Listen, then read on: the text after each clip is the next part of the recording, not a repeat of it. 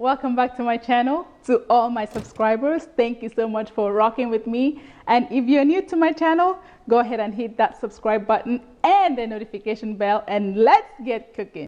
In this video, I will show you how to make this slow cooked steak and mushroom with brown gravy. I have 3 sirloin steaks here. Start with creaming together 4 tablespoons of butter, 1 teaspoon black pepper, 1.5 teaspoon of salt, and 1 tablespoon of chopped cilantro. To all my returning subscribers, thank you so much for your continuous support. And if you're new to my channel, a huge thank you to you as well. I hope you love this channel and this video. You click the like button, make sure you subscribe and hit that notification bell so that you get alerts every time I post a new video. Thank you. Spread the mixture all over the beef, making sure you cover all corners. Heat a skillet and sear both sides of the beef for approximately 2 to 3 minutes on each side. If you don't have a large skillet, use any size pan and sear the steak in batches. Chop 1 medium-sized onions, peel and chop 3 to 4 cloves of garlic. In a cup, stir together 2 packs of brown gravy and add 3 cups of hot water. Season with some cayenne pepper and all-purpose seasoning. Now place the steak in a slow cooker. Add your garlic, onions, and gravy mixture.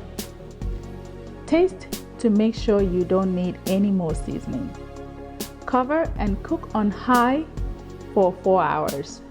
While you wait, clean and chop a small pack of baby bella mushrooms.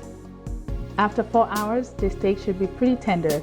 Use 2 forks to shred it into medium-sized pieces.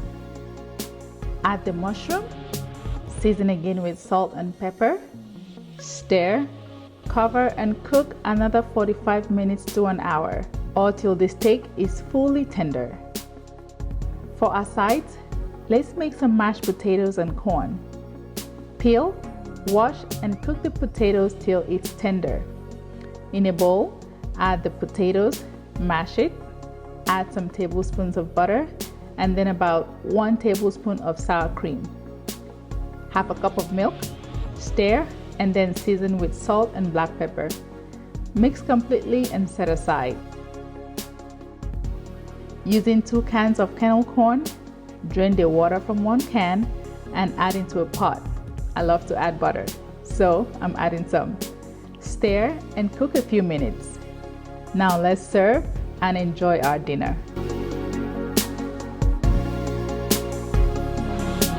Thank you so much for watching that video. I hope you loved it. If you did, go ahead and hit that subscribe button and the notification bell so that you get alerts anytime I post a new video.